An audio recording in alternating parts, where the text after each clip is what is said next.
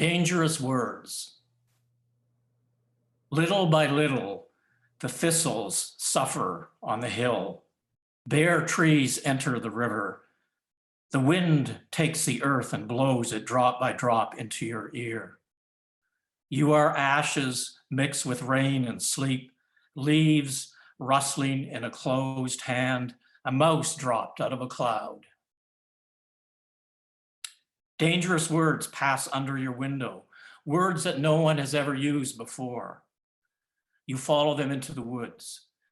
You find 3 words building a fire, 1 word skinning a rabbit, and another one far off in the shadows pissing on a violet.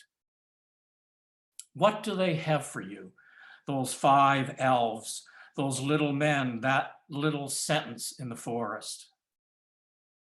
They have but 1 knife between them, 1 hat, 1 coin, 1 pot, and a dark bag full of spoons.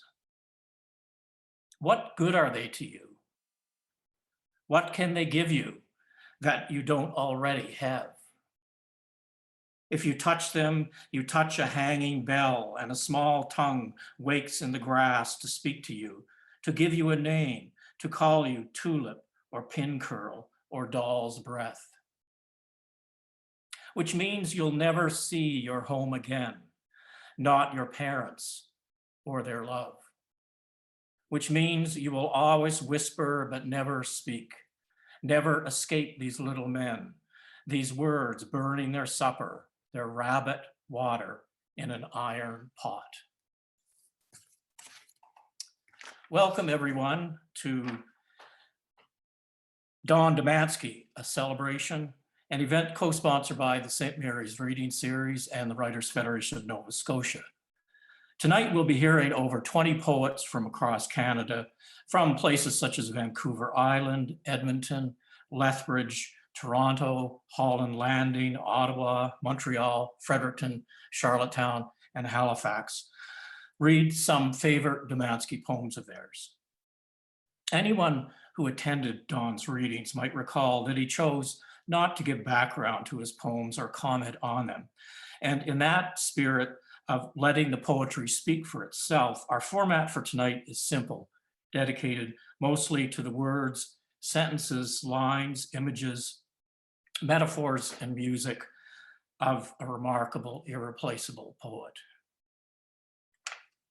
Special thanks to Mary Meidel and Autumn Richardson of the Domanski Estate, to Andy Verboom of the Writers' Federation, our technological master of ceremonies for this webinar, and to all the poets who happily accepted the invitation to be part of this celebration. What is poetry? A question often asked and hellishly hard to answer. Sometimes I've dreamed of memorizing Don Domanski's poem simply called Poetry to provide an answer. So here, before our second reader steps up to her mic, is poetry.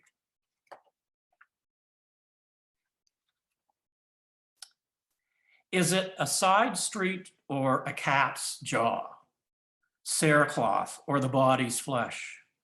I've named it the heart's pillow, wind in a mirror, cloud rope, lighthouse at the end of a wound, beadwork, the moat's halo, wolf ladder. I've called it both temple bell and medicine bed, sleep following the closing of doors, broom in a dusty corner, breath in a bottle, pin between the legs, beach stone, slow hammer, blood's seamless gesture. I've called it evening, but I don't know. It could be the roach in the birthday cake, or the worm in the violin, or the snail on the highway, or the angel that carried the baby far away. Tonight, it's the predatorial sigh of, tonight it's the murmuring sound, the predatorial sigh, twisted into a braid of flypaper and starlight, the cleft in the raindrop, the stove in the street, an eyelash at rest on a nail, a tongue ripening among oranges on a windowsill, and oh yes, barking and barking, the company of dogs.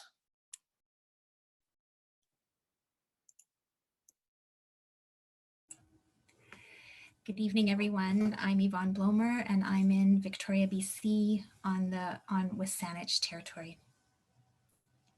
Drowning water. 1. The cormorant carries the universe. It's a place small enough for a bird to carry. On its back, the countryside tilts down to the sea. Beneath its feathers, a well runs deeply down into its body. You haul water up in a tin bucket. The water isn't red like cormorant's blood, but clear like the skill of drinking from your palms, folded, holding an invisible cup. You drink the cup and unfold your hands, reaching for the water again. 2. You take the water indoors. It enters a room trembling.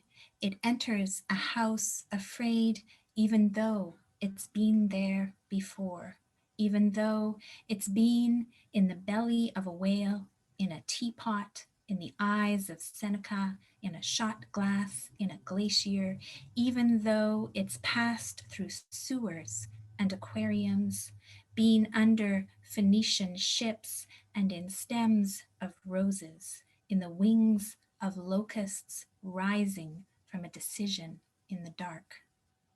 It enters the house shivering as if it were cold, even though it has been mixed with blood, with soup, with earth, with food dyes that have made it bluer than blue ever wanted to be, even though Lao Tzu slept with it beneath his tongue, calling it a flame, even though it has rested in the warmth of countless breasts, awaiting the child foretold by emptiness, although each time the infant is only water and mourning, the ocean comes back from death, laying down its head.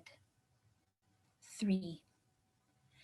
At every moment, water is finished with itself, complete with memories, with motion, with resting places. But because of you, it begins again to move the hours into position. It picks you up once again from sleep.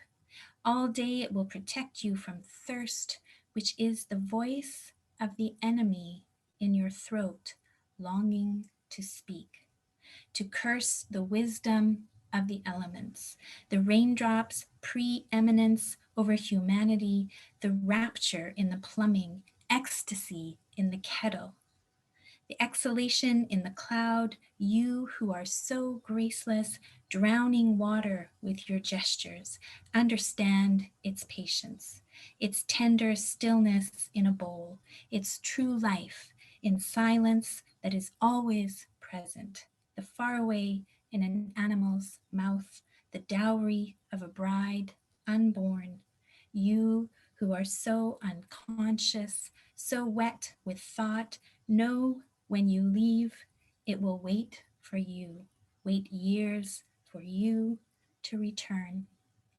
Then it will be a name to remember when you open the door, water, name for your name to return to.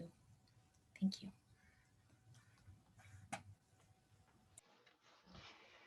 Two poems from Parish of the Physic Moon. The Blue Whale.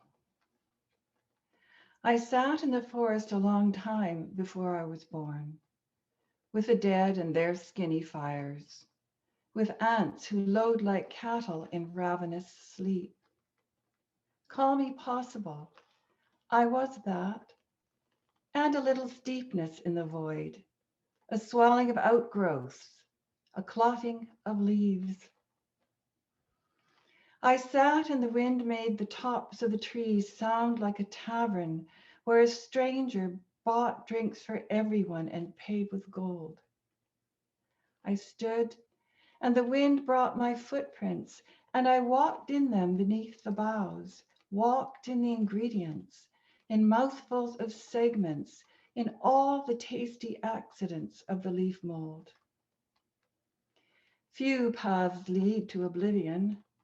I found none, and so was born to the contradictions of my mother's body, to that great slab of rain and flesh, and so lost my legs, my restless arms. I flippered into the first ocean that I saw. Such confidence there. I took the stars down with me and my wild mother with her darkening hills. Massive we were, so far away from moonlight, and our footsteps disembodied. Well, you could hear them still, encircling trees and roads, walking along fences, entering farmhouses. The footprints of oceans left on pine floors, the sound of granite falling on flowers. We ran our absent hands along blankets. We walked into walls. We were that full of joy.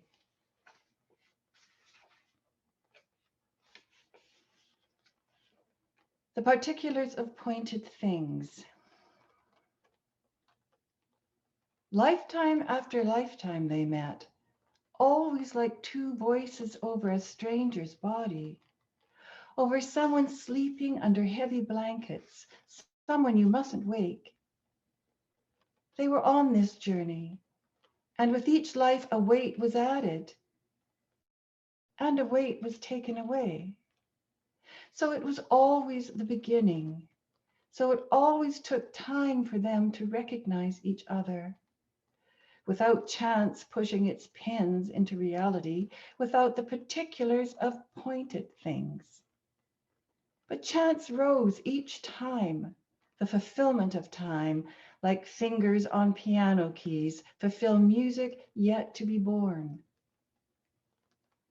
They had known each other from the beginning, when there was only one day for every 2 evenings, when the only begettings were rocks falling to earth, when love was already venerable, a matter of clairvoyance, a bodiless breathing that came close to what the heart would be. Hi, I'm Lorna Crozier.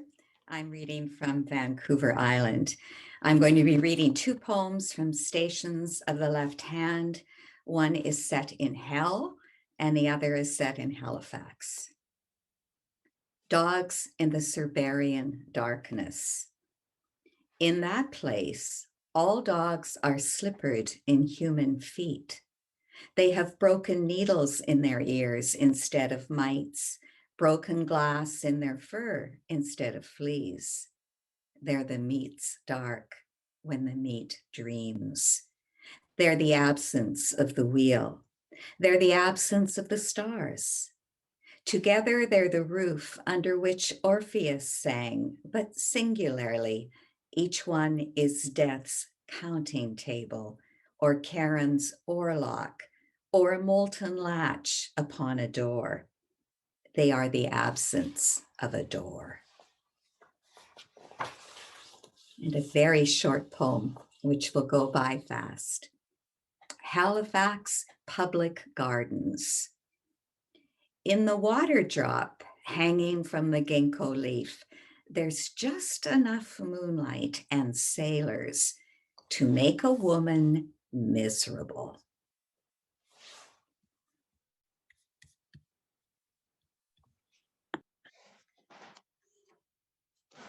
Hammerstroke 2. Nothing will change. You place roses in the ocean, red roses, the red oars of Odysseus, tired after the long journey to the world's end. To the world's end, you bring the stroke of a hammer and the weight of a single nail. You build unnoticed things there, the things Odysseus built, the pearl and darkness of a moth hung upon a web, the talons of a bee carrying death, moving the water over you like a sheet. As if you could sleep or rest or stop coming back into this world.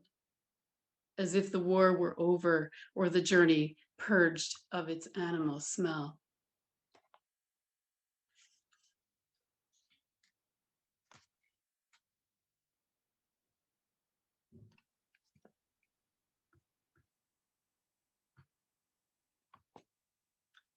Radiance and Counterpoint for Wayne Boucher. A louche moon on a still night, carrion beetles in pre-op. No great anxieties among the dead, no frenzy in the ecotone tonight. Only this business of walking here, surrounded by the casual dress code of the horseweed, by antediluvian laments distilled, refined, circling as gnats and invisibilities, lovers that bite and fly away. It's a long drop between one footstep and another, a long fall between one thought and the next. What separates each is the dark side of things absent, like the dying rabbit far off in the distance, lying in hackles of grass. Or a bit of sparrow's down caught on a twig a continent away. That interconnectiveness, oiling our joints, anointing our limbs, allowing for every measure of movement. Only the masters were wise enough to bow to moths drifting about like prayer papers, or to foxes stubbing blood to motion. Only they painted the blue of things that lean hard against our infirmities. Only they used the shy tempera of birdsong and the red opiates found among the clot-brown roots of the locust trees. They were the ones like lace wings that floated on, full of grace, as they dovetailed with the landscape, aspired to what was lowly. Black water at the roots of things, black syllables of a schemed prophecy wrapped ninefold and ninefold again around their hearts like pyrographic silk, each word burnt in with the smallest flame. The largest hoped to lose any semblance of wisdom. Life has an apparitional hue, pale and ethereal, like a stripe of moonlight on a deer's back. To this we pray, conceding to loss, preening our awayness between our words. Our entire lives are lived in the Dutch interior of a nodding prayer as gold specks of devastation fall and collect on our skin, as our frayed bodies are finally jerry-rigged to silence and set adrift. Silence arrives tonight without a deity, with only the supplication of itself on offer to these hours. Soon, silence will have passed into legend, as Jean Arp said. The dismantling of silence, one absence at a time, one wandering interval of a sorrowful realm. Silence is a conjunction of premonitions, bodings, and unendings of perception, a witching that summons us from our distractions, our amusements, from the sweet old human world which fails us each day. This planet is made of Etruscan clay, mountain and plain, rock and tile. A thin bloodline opened around its center, from which we emerged in parentheses, subtextual and luminous with secrets, with mysteries. Pre-reflective sacraments, wordlessly given, wordlessly taken. We arrived with our heartbeats anchored firmly to the earth, scree-held. Our flesh over-rehearsed, bone and sinew. Radiance and counterpoint overlapping in endless gestures. Our organs soft-spoken, shape-shifting throughout the tertiary. Our minds neither here nor there. Our sixth sense working like a spider in the undergrowth, scissoring light. Tonight I tread that ancient bloodline with time's ashes kiting overhead, with mice at the end of their valedictions. The snap of a chrysalis in the bushes. Coyotes energy in the hills, air-colored eyes, Talmudic curl of their tongues behind each and every bark. Coyotes, coy dogs, their phantom limbs carrying them back to the Pleistocene each night, back to their petroglyphs, nails on stone.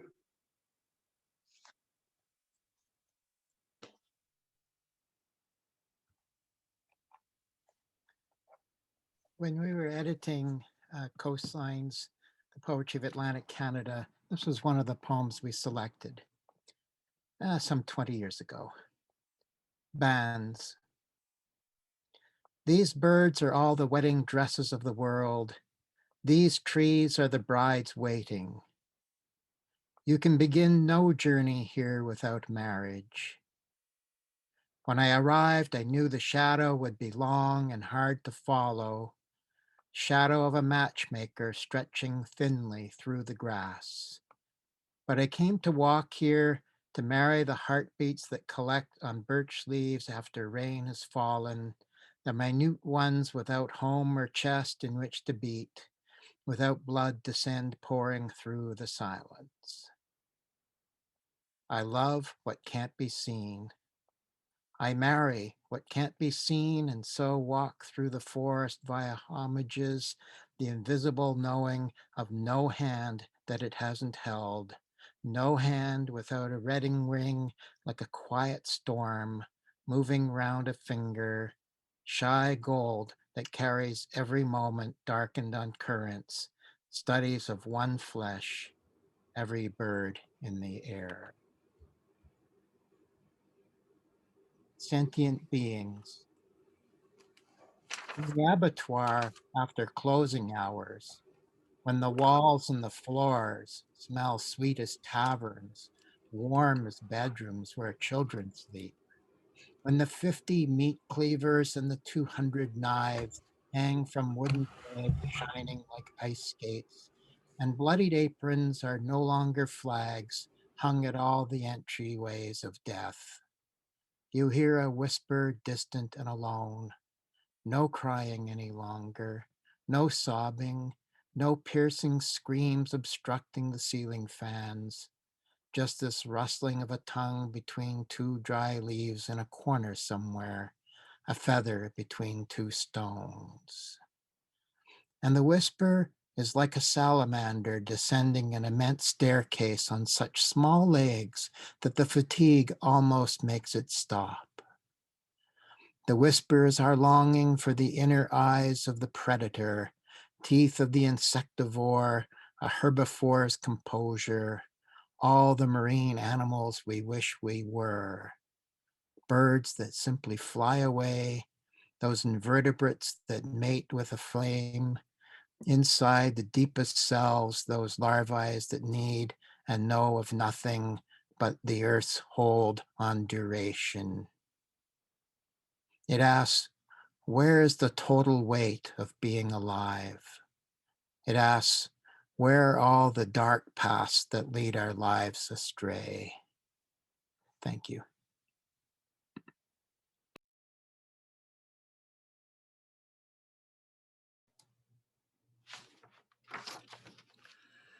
Biodiversity is the mother of all beauty. When I think of blood drops and little hurts entering a field, filling the field, when I think of dandelions off their leashes and the no play of dragonflies airborne, red and metallic blue, light as silk, when I think that one sigh was the progenitor of all life, that the binding of oxygen and hydrogen is the most erotic calligraphy, that every thought, human and otherwise, is an astronomical unit, that each is star-laced to its very core. When I think that inside every genome there is a line of sight that surrounds the earth, that perception holds the evanescence of all things within itself, that atoms are in a perpetual state of bliss. When I think that deer move elegantly between trees like the great tea master Rikyū did among his bowls, that a deep sea coral off the Hawaiian Islands is 4,000 years old. When I think of parallel universes colonizing the edges of birdsong, when I think that synesthesia is the language of God, that flesh covers a wider and deeper pilgrimage. When I sit here Knowing this is a dying world, nothing could be more effortless, more sacred than this sleepy forest at dawn.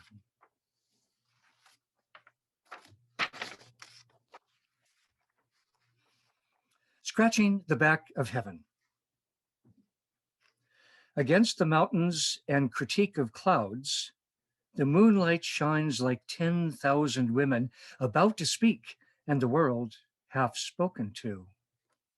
Sitting in the grass, my memories creased and folded into cranes, their flights back and forth through unphysical lands. Late September is a Japanese scroll appearing and disappearing with each breath. Sumi ink softly brushed along the river and remaining leaves.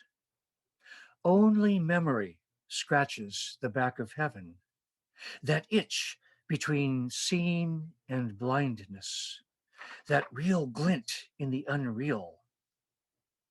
I'll wait beside the Bow River, the waters sketched in freehand, remembering their origins jacked from dust and old fires.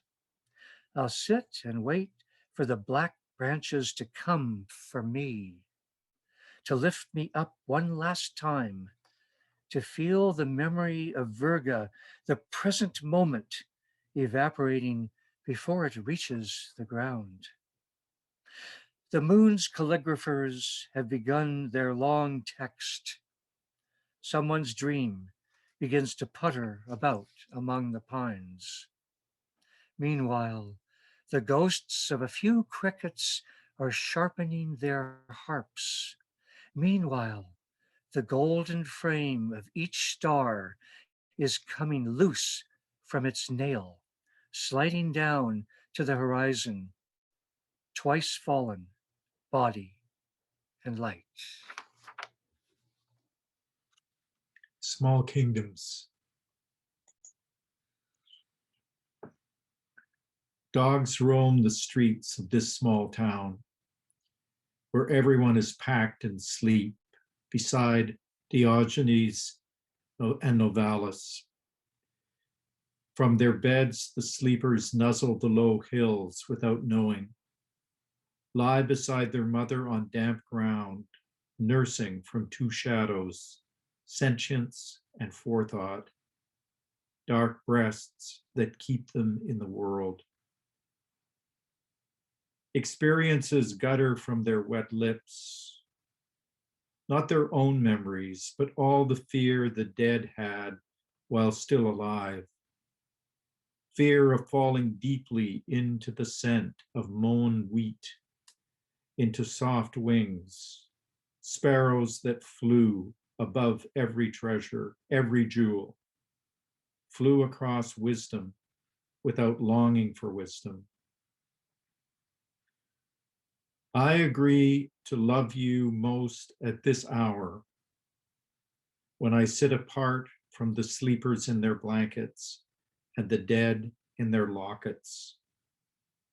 When a stray shadow wanders through backyards, the neighbor's old cat, worn down by moonlight, whose legs only whisper to the earth, whose shoulders hold up the small kingdoms of eternity and desire.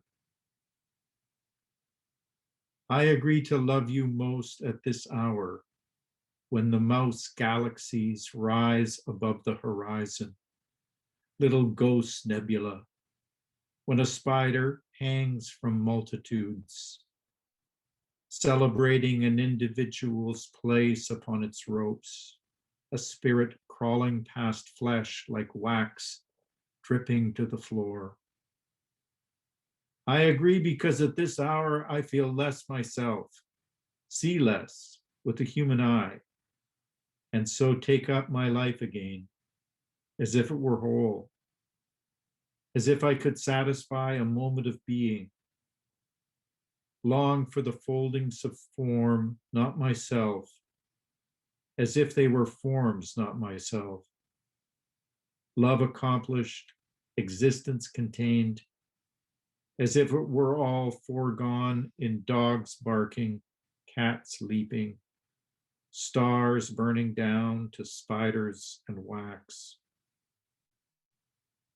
As if my shoulders could hold up the present moment that scuffs the grass dark, grass that is counterpart to secrets held, one secret that banks the fires above our heads, flames scratched by the essential moment of grief across life, the small kingdoms of eternity and desire.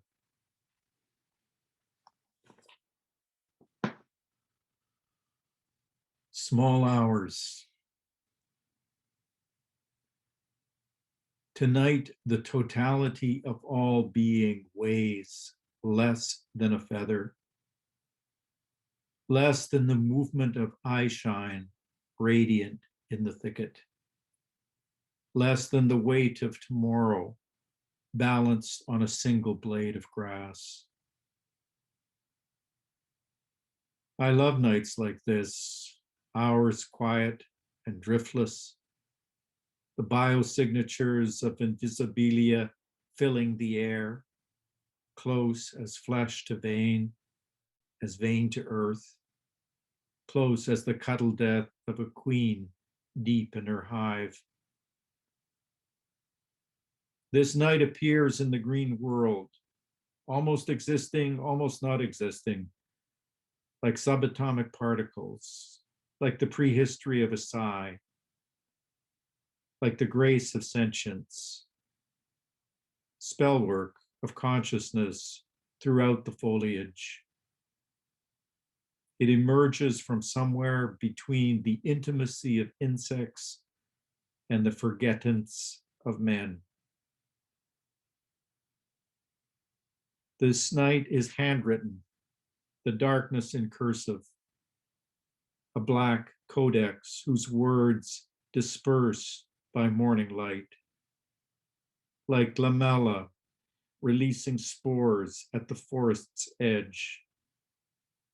This is the first and only sacred text, black on black, everything unsayable and disembodied, filling the vacuum of space. This is the longhand of Holy Writ, rising from the gloaming like dandelions pushing up through the soil, each a spiritual gesture, each like the Buddha, overcoming his fear of death and decay, like the desert fathers tracking sand through all the halls of paradise.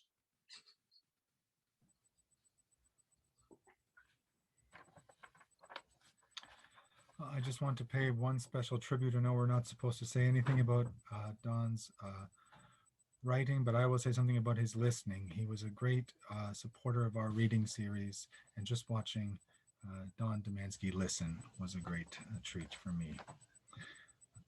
Another poem.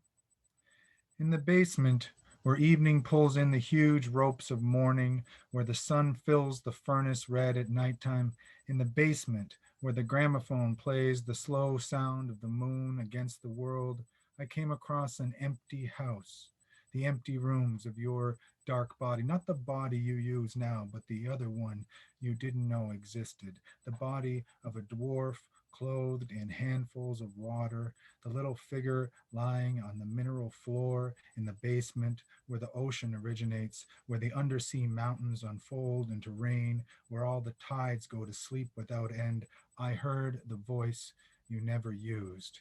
In the basement, where all the fables come from, where all the stories smell of bandages and spilled medication, where a riderless horse nudges your folded body, I heard a voice that could have been you, the missing words that sound like a water glass filled with footsteps that are always coming back patiently from the sea.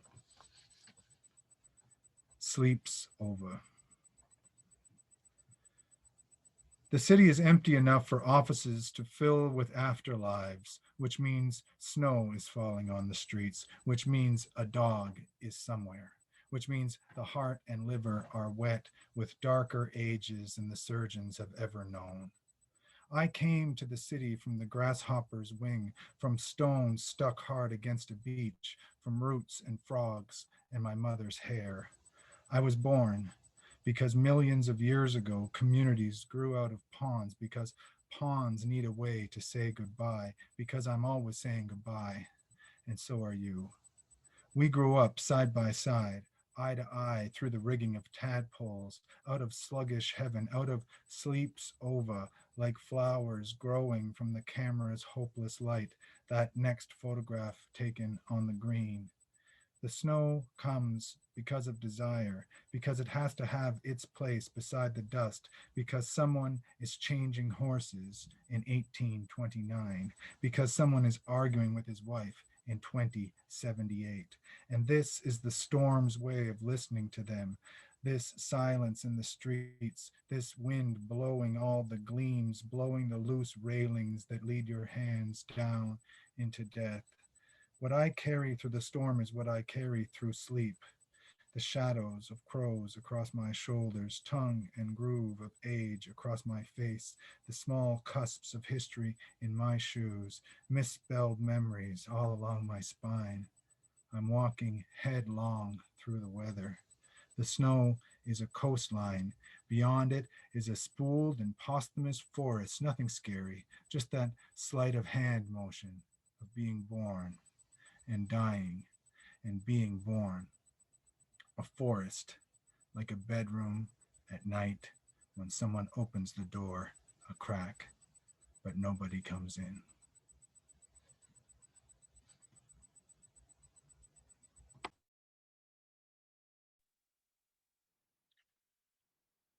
Walking down to Acheron.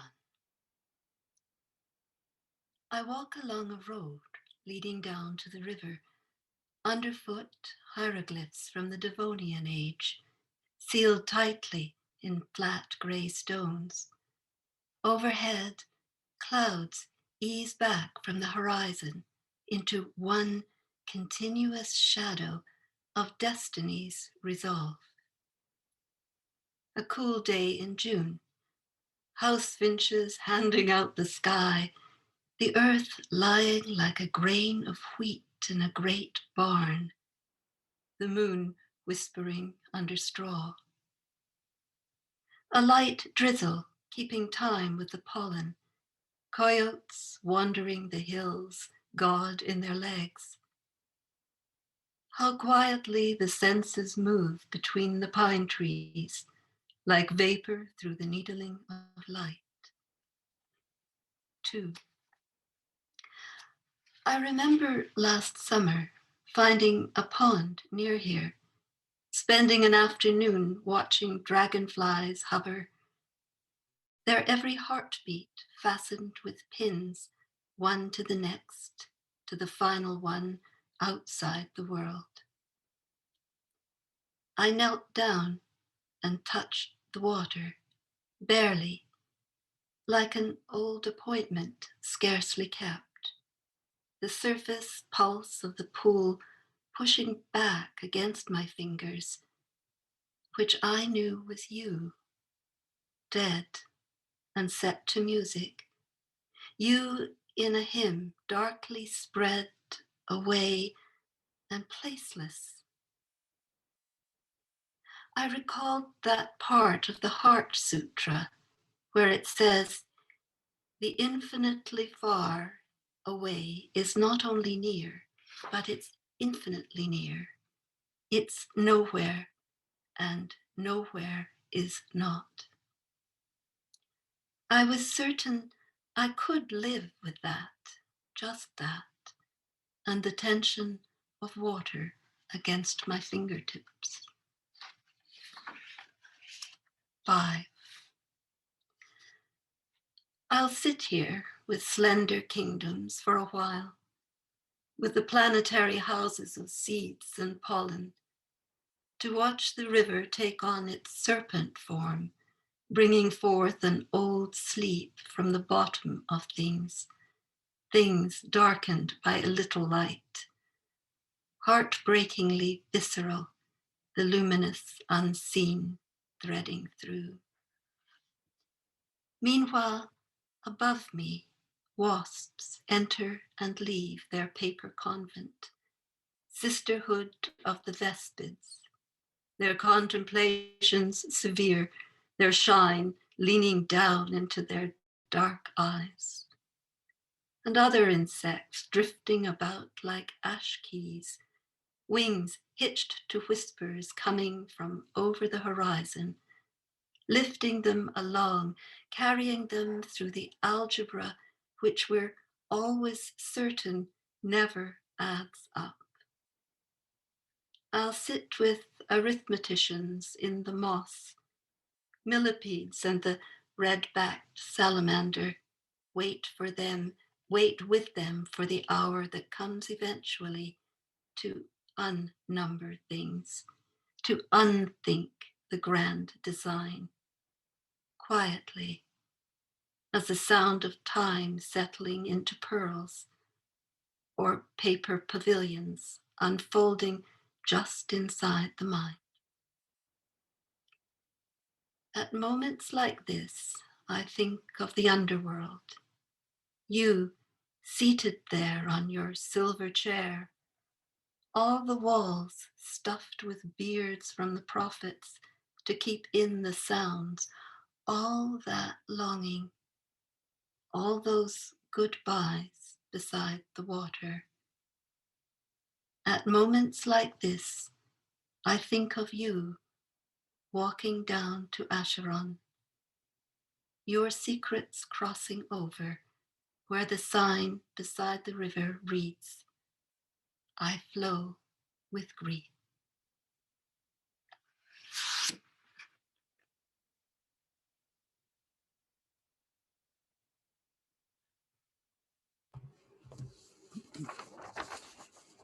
The Ape of God from Wolf Ladder.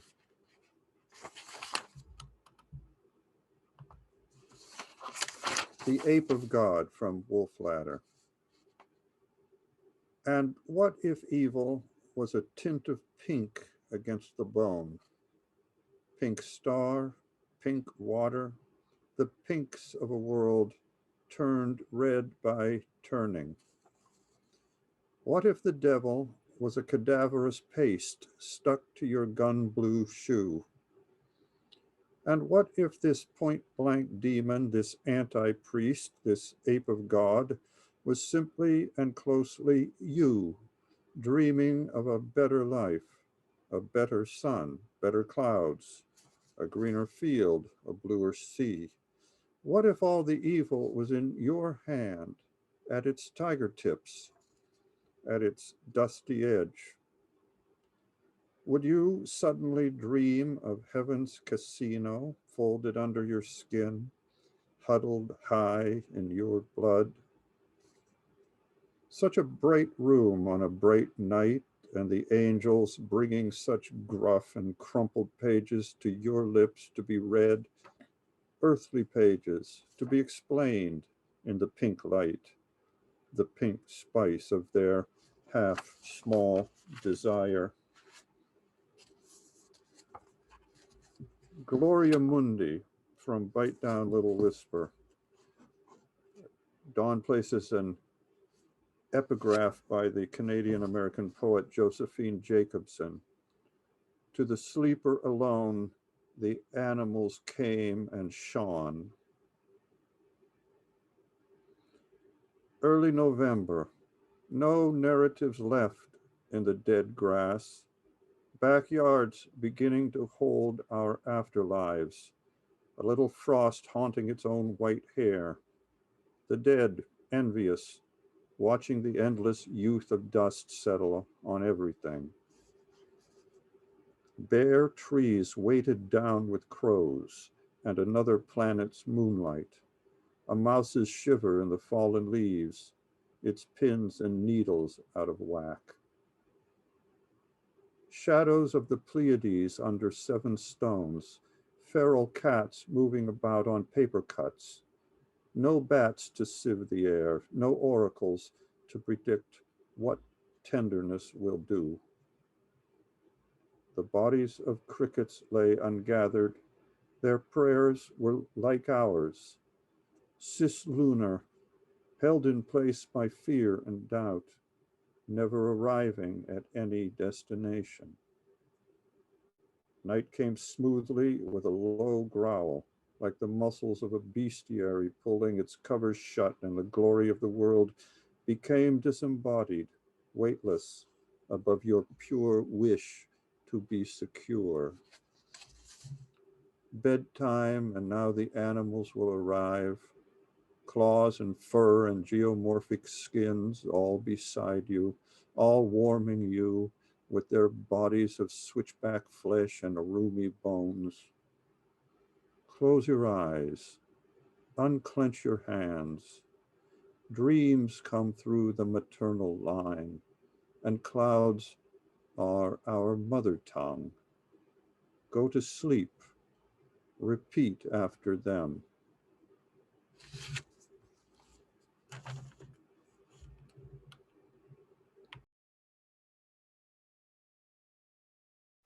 So we are going to be taking a 5-minute break now, and we'll have a wonderful second set of 7 or 8 poet reading favorite Don Domanski poems. I just thought as a little bonus, I would show you an example of another one of Don's passions other than poetry, which was 350 million year old fossils. He collected these in Nova Scotia, often gave them away as gifts. And I think for a poet who is so, who shows such a profound sense of deep time, what poet was better suited to be a collector of 350 million year old fossils? So see you again in 5 minutes.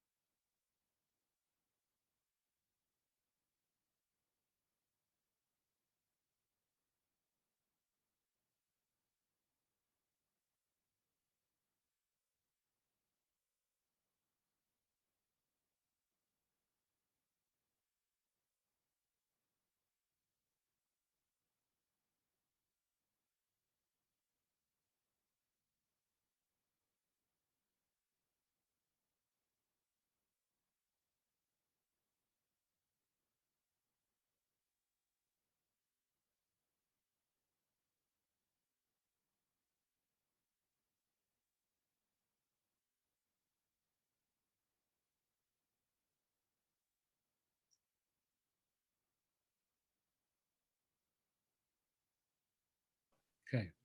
In the Dream of the Yellow Birches, this is a long poem that Dawn wrote. I'm going to read 3 sections from it. It starts with a preface from Liho, "Heaven is inscrutable, earth keeps its secrets." The sun's yellow throat at the horizon, the thunder keeping in touch, rain falling in choirs. I come inside to make tea and read from poems of the late Tang, to feel all those lost moments resurrected in this afterlife, to feel the dead more slowly, move slowly, like honey turning over in its comb. Some breaks in the clouds revealing pieces of radiance, an extragalactic nebula or 2 above the mini-mall, a few auto-da-fe burning bright over cars of the heretics. Soon the traffic will die, the earth will go still, stilled and brought to its weight on an azalea leaf. We live in a storyline on a spinning world, no escape, flash forward then back, flame up and out like a match struck hard against a wall, a pinch of fire, autobiographical fizzle, once and we go out.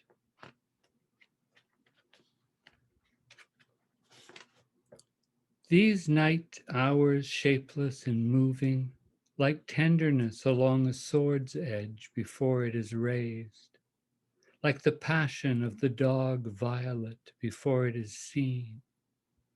These hours waiting for us to cross over, to stumble in, trip over the martyrdom of our first life, and fall into our second, transformed and fearful, confluence of semblance, bloodlines and ashes.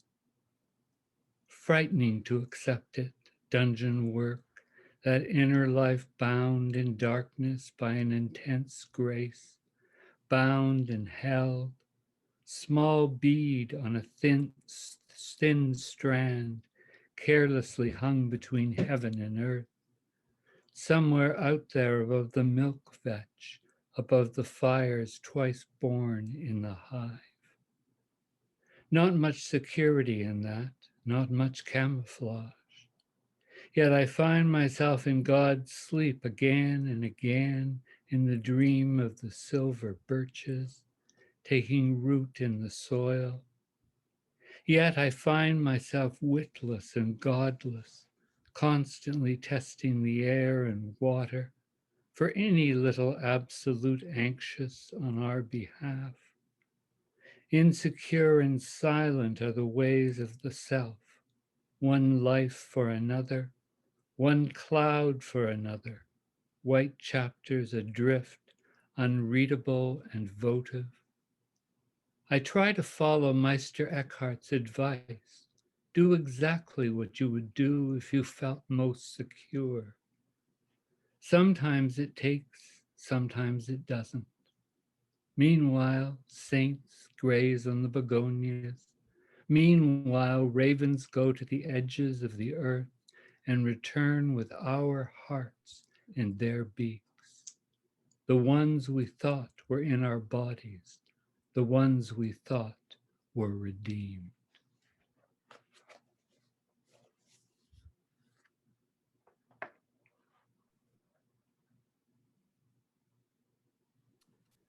Hi, everyone. I'm going to read 2 poems from Wolfladder. The first is called The House. I'm in my chair with the moon end at the window, with my dog made of ashes and rope. We built this house in the likeness of a kettle, careless boiling away of swamp and sky. We took this fire from its old resting place under the chestnut, cleaned it till it shone like red fur, and baked these 2 loaves of bread, cooked death's rooster to a glow. What brings happiness here are our voices swallowed by passing birds, the tumbled cliffs leaning into my book, a tree-lined footstep on the stairs, rain, rain, roots in the attic, a howl in the kitchen, the unknown constantly bitten by flies. And this is The Hitchhiker. The sky flinched, releasing owls to the circulation, to the never endings between the trees. The moon rose like a dental chair, white and empty and smelling of teeth torn from a liquid, from a mouth dressed in spills. He stood on the highway, a sad man with a tobacco-stained anthill for a heart. There was a city 90 miles away, a city at room temperature on a November night. I will learn, he said, to endure hunger and the wind.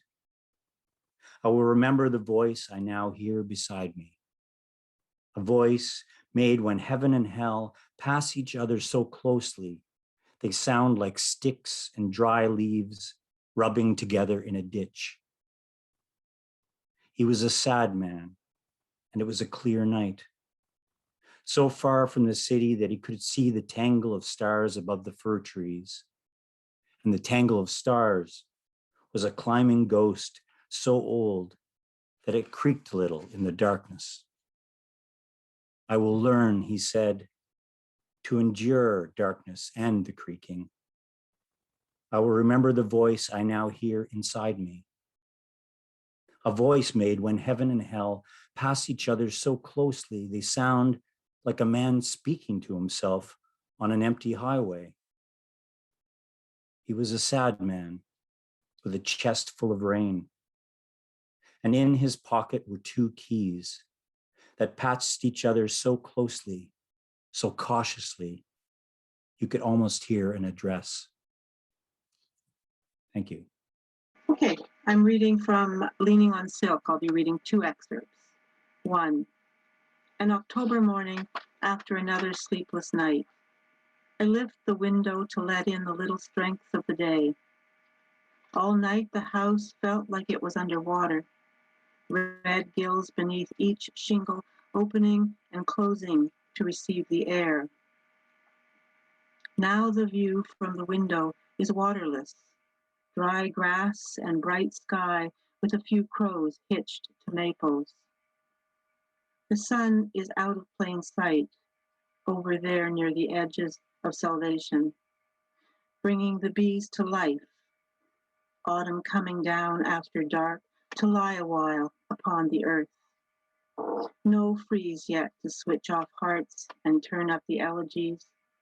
No frost yet to escort the mold beneath the ferns. Just quietude now, and eyelids of soil lowered over granite, and roads collecting dead leaves.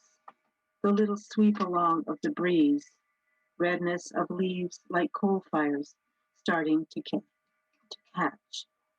The carboniferous blush that keeps saying goodbye. Almost 8 p.m., and cars are scurrying beneath the leaves, reminding me of Egyptian scarabs, door beetles, coppery gold and dog blue and green as 2 landscapes, superimposed one upon the other, the way day is made.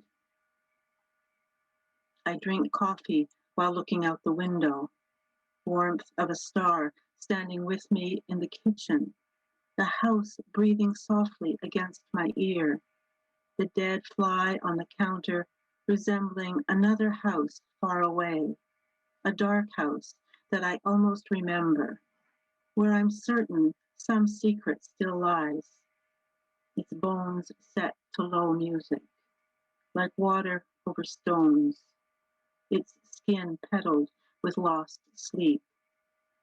Amen to secrets, to all those mornings hidden beneath sunlight, where the heavens can never find us, our small secrets holding us to the earth, rituals and fetishes mothering us on through storm and silence, our mantra in the bedroom just before we wake. Later, the coffee's prayer steaming up, gliding by, indistinguishable from our minds, pushed high into the ether. The edges of vacancy lingering there, thought and concept uncombed, vapor into vapor, trailing away.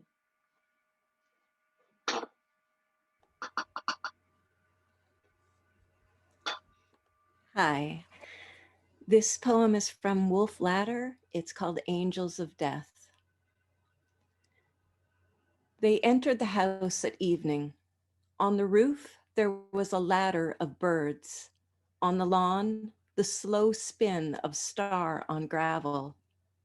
There was the scent of folding chairs in the air. 100 entered single file, shoeless, rags in their mouths. They entered with only the furniture to meet them, the lamps and tables leaning like violets into the remaining light. 100 sat down in the darkness. Their faces were covered in smoke and leaves. Their bodies were just drawings of bodies. One picked up a slice of bread. The others watched the little wheels spin round inside it. The fields of wheat, the long roads of dust. They each held a syringe filled with a voice. They each held an axe by its leg. They waited for 2 years in the kitchen, but you never returned. This is to let you know I sat with them for those years, and now it's safe to come back. That they're gone, that they found work in the city, that the syringes now fly with sparrows, and the axes are all married to knives and live quietly deep in the forest, that you can come home anytime, that you'll live forever. And this is Fata Morgana from Stations of the Left Hand. You're walking alone in the forest. The moon is directly overhead, eating her supper of astronomy and wedding gifts. There's 1,000 miles of trees in every direction, which means there's just enough blood to go around, so you mustn't spill a drop. Of course, every second tree is the tree of death, every third one, the tree of life, while all the others are doors to atonement, but you mustn't knock. You're like me and want a straight line through everything, but there aren't any here. No path from A to B, no A or B. You're just lost. This is the earth. You're not human, but a fox or a rabbit. Your life behind a desk was an illusion, the shining city of madness brought on by fatigue. There aren't any cars or telephones. There never were. Not a single clothesline or shoelace in all the world. Your heartbeats are so many pea pods being cracked open. Your footprints swallow themselves as you walk along. What I said about the moon was a lie. There were never any weddings or any gifts, not an astronomer to be found. The moon is devouring you, just you tonight, with your long ears pricked up in their sad salute to fear. This hour is called abandonment.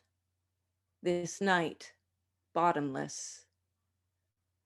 I would call you insignificant if you weren't already named essential, if you weren't the very center of the world.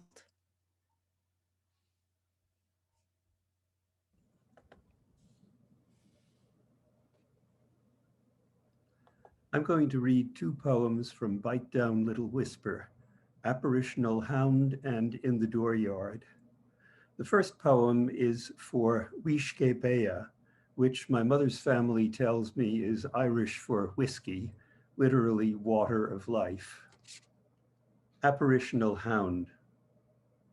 Saw you running late last night, a quickening of silver in your legs, gold canticles hanging from around your neck, every third footstep reaching the ground as you traveled to that unknown place a millimeter away.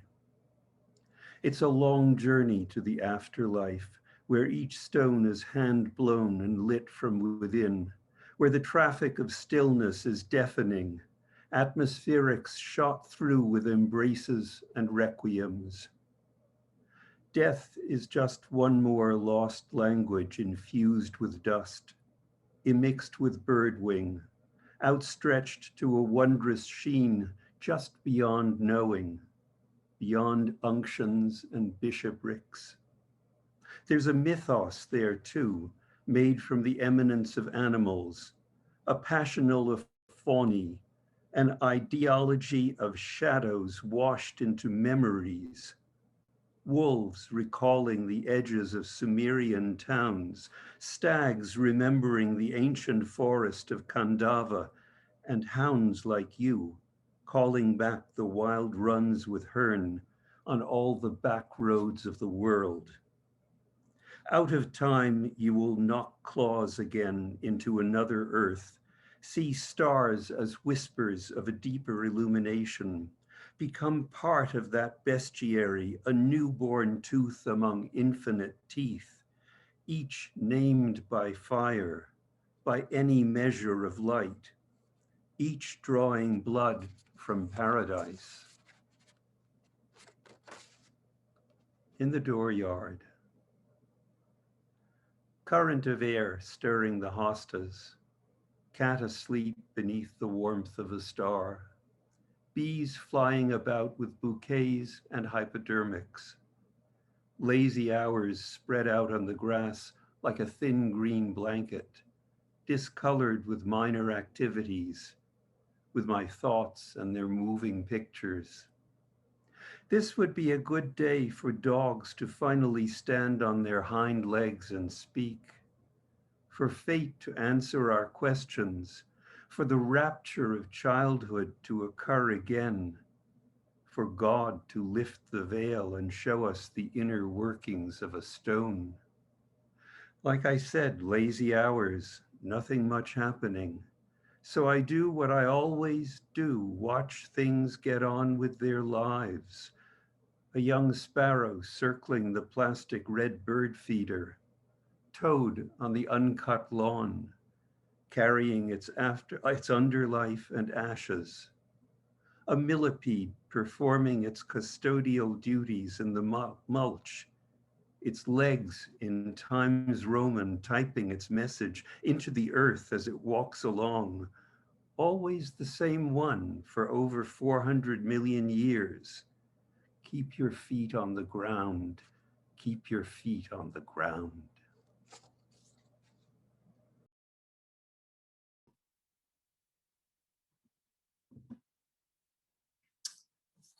So I will be reading Homeworld from Fetishes of the Floating World, and this is dedicated to Jennifer Lee. This is the growing of things, birthing of skin and bone, stem and leaf. This is planet Earth, beneath snowlight and desert sand. This is the place to find human beings walking down the street with their souls drifting just ahead of them, with their faces half lit by their own eyes. This is where you find the bodied and unbodied, living and the dead.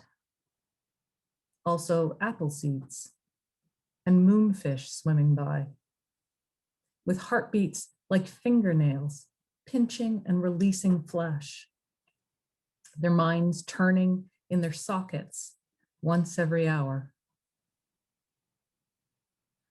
This is where glare and yolk sing to the heavens, where each clade is born to their spiritual dimensions,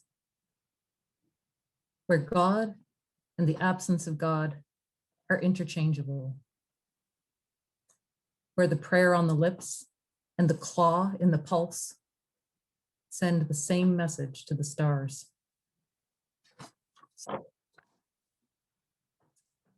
In this world, every life is a grubstake and a courtship, with affections foraging and fretting beneath the sun's heat, with rootings of pain running down deep into soil, with sorrows immaculate and tacking steadily ahead, every grief transfixed on a breath, every teardrop tigering through a vein.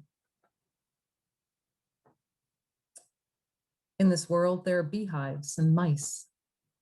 There are rivers and seas and a great darkness perched on each grain of sand at the water's edge.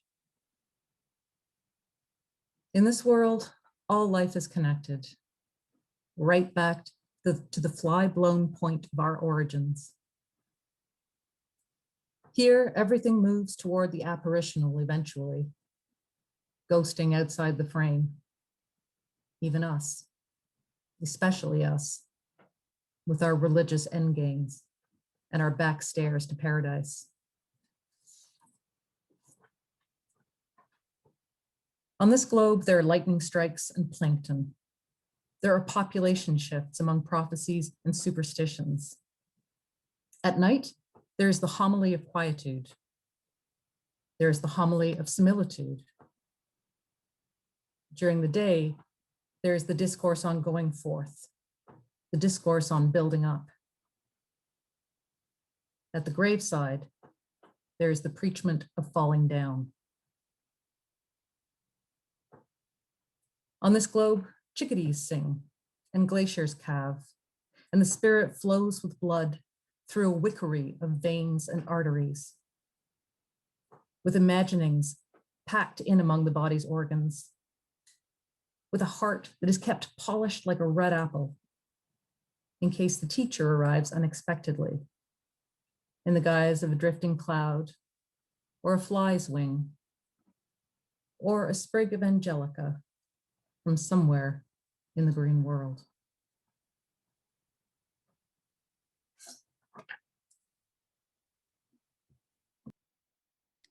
This first poem is called Dead Song.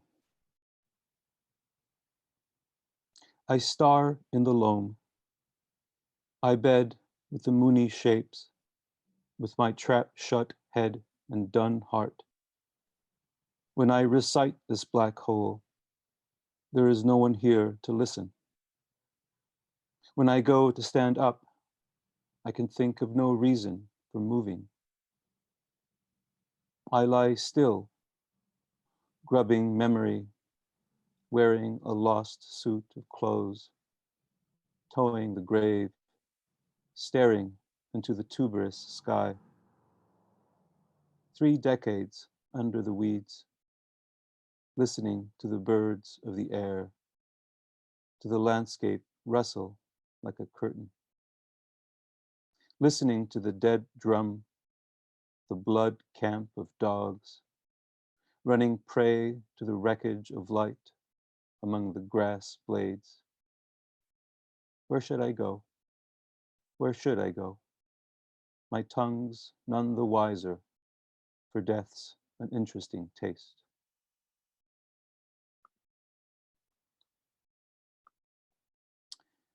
This is called Summer Job, Hospital Morgue. Smug and exhausted, each lay like a satisfied craftsman, each a heroism looming in front of me still. Some only heads in bags, some about to spring to their feet, bursting with laughter at the joke. By midsummer, their shattered bodies and bad timing were commonplace, almost forgettable. Now, years later, I remember detail, a half-painted nail, a half-opened eye, a a clenched fist, a brief heart-to-heart with an irredeemable face. Thank you. Well, I'm going to read two pieces. This is Notre Dame de Paris from Parish of the Physic Moon. There's no other creature like it. No beast covered in fists. No massive skull so full of unshakable quakes. No Jesus as dark as this Jesus, nailed by its limbs to the earth.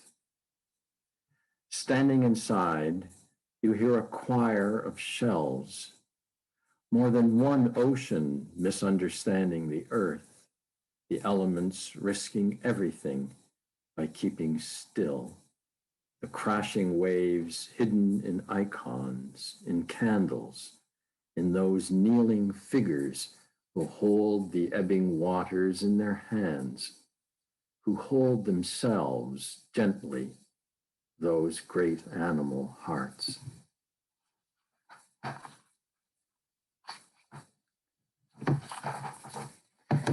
And this is section 4 from his long poem, Ars Poetica, from All Our Wonder Unavenged. The sun's 15-hour dream of us in the world. No rain for weeks. Clouds short-sleeved in the summer air. Jays with their monk cries and their blue Bibles opened to blue covenants. Dionysus in the intestinal flora of an earthworm, staggering, drunk on soil. Overhead, a crow's white heart at ease in its bridle. Underfoot, the hawkweed's security lights on all day. Deer with coyote breath in their blood, foxes in wait, teeth darkening at scents rising from a half pulse under the hatching foliage. Serpents hissing Morse from their little heat, hawks bearing down. Casualty and slaughter, and no one a survivor. For thy sake, we are being killed all the day long. My terrier barking with a lamb's force against the low shadows. Ley lines for night traffic, for moths and moonlight, brute wings and mare nubium dry as a pressed violet. Only one path for walkers during the day, a curve, a round manifestation, and back again to language. What takes me through this field takes me home, eventually, to the blank page, cave mouth of the computer screen, Fingal's cave hung with letters, and the three conceits, better am I, equal am I, worse am I. A long spelunking to get past the Buddha and write anything. Type in the diaphanous lines, tremulous in their disguise, like forgotten things half remembered, widening into silence and a melancholy almost readable. Write and rewrite, then shut off the light. Roll the great stone back into place. All flat land after that, all the way to sleep. Thank you.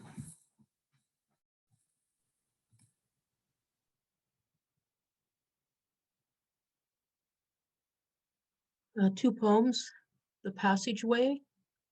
The mind is emptiness, or almost so, no more than the small space between the horse's shoe and dry soil, no less than the gallop of a horse across clefts of nothingness, under birches that lead to the river. The salmon in the river are almost so, still you hardly notice them holding open doors, decorated with venerable black gills, doors that breathe, that lead down into the earth. The passageway has no room for the mind or the body with its needle points of sorrow. These must be left behind like clothes on a river bank, along with the horse who knows the way so well. What's left of you must travel like the child asleep in its mother's arms. But you're not sleeping, and you are no longer a child.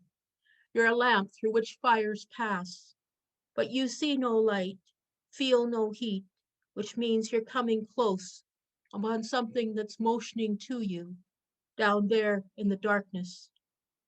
It could be a swell of teeth. It could be a stranger or an enormous storm, or the deepest word that knows nothing of pity, or your strugglers with loss and desire.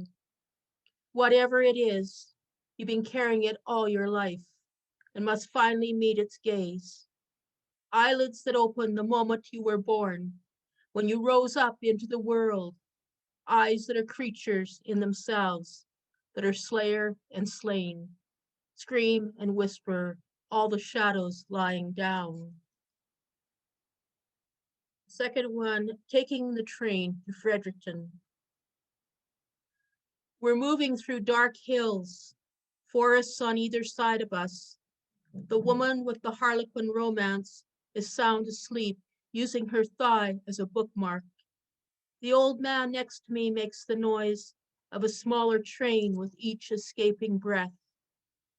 Beneath us, it feels like loose handshakes, coming together, coming apart. Giant hands that otherwise would be tearing trees out of the earth, or obeying a power greater than the stealth of engineers. We lose our strength just by sitting here, tired of newspapers and conversations, nothing to watch out the windows, except the moon where they get the luminous clock face, the winding sheet, sand for the hourglass. But sometimes you see a square of light in the blackness, a couple seated at a kitchen table with a child between them, or a family gathered around a television screen. And it always feels like part of your life, part of your past. For a split second, you feel excitement, a reaching back. Then the forest reappears and you can't see once again, having gone too far back in time, where time is untranslatable. Cells divide in shallow pools, one small blindfold growing out of another. Thank you.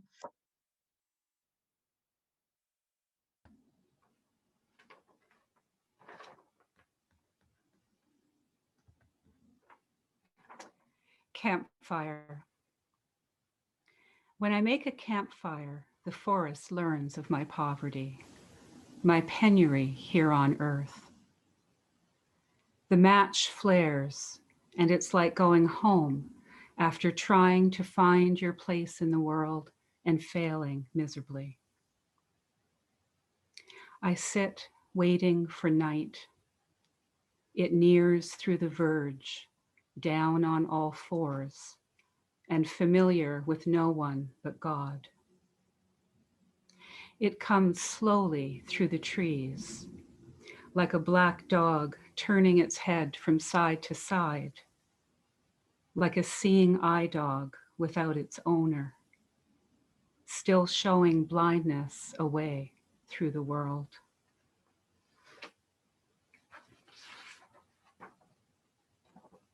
Untitled with invisible ink.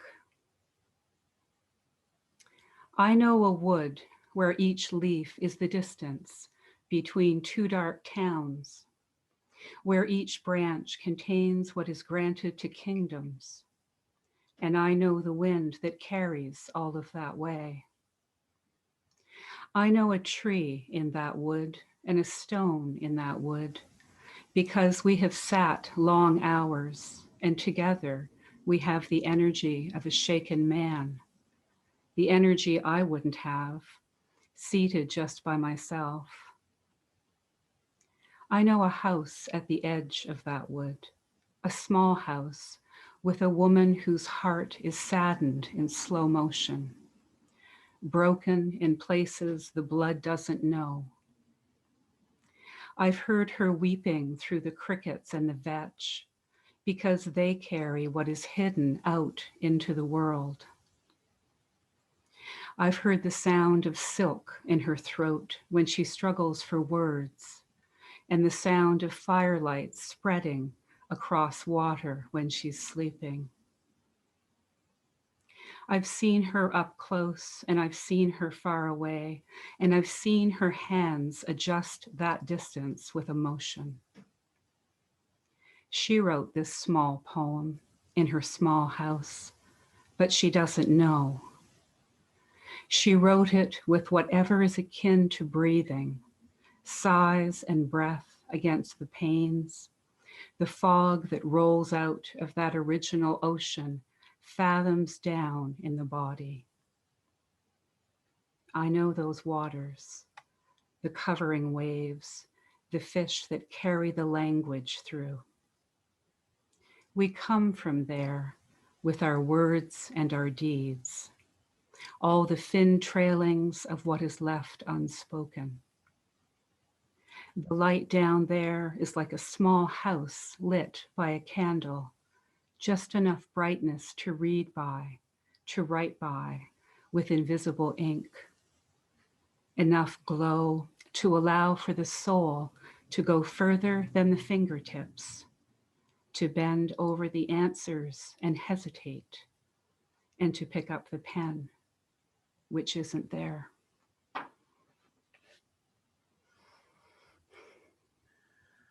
Well, that brings to an end our reading this evening. I don't know about you, but I feel like it's been a dizzying, beautiful walk in a forest or a very invigorating swim in the ocean,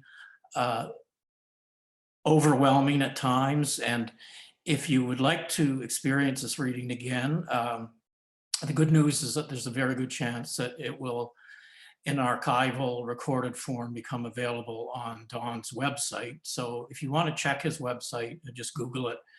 In a few weeks or months, there's a good chance that you'll be able to experience the reading once again.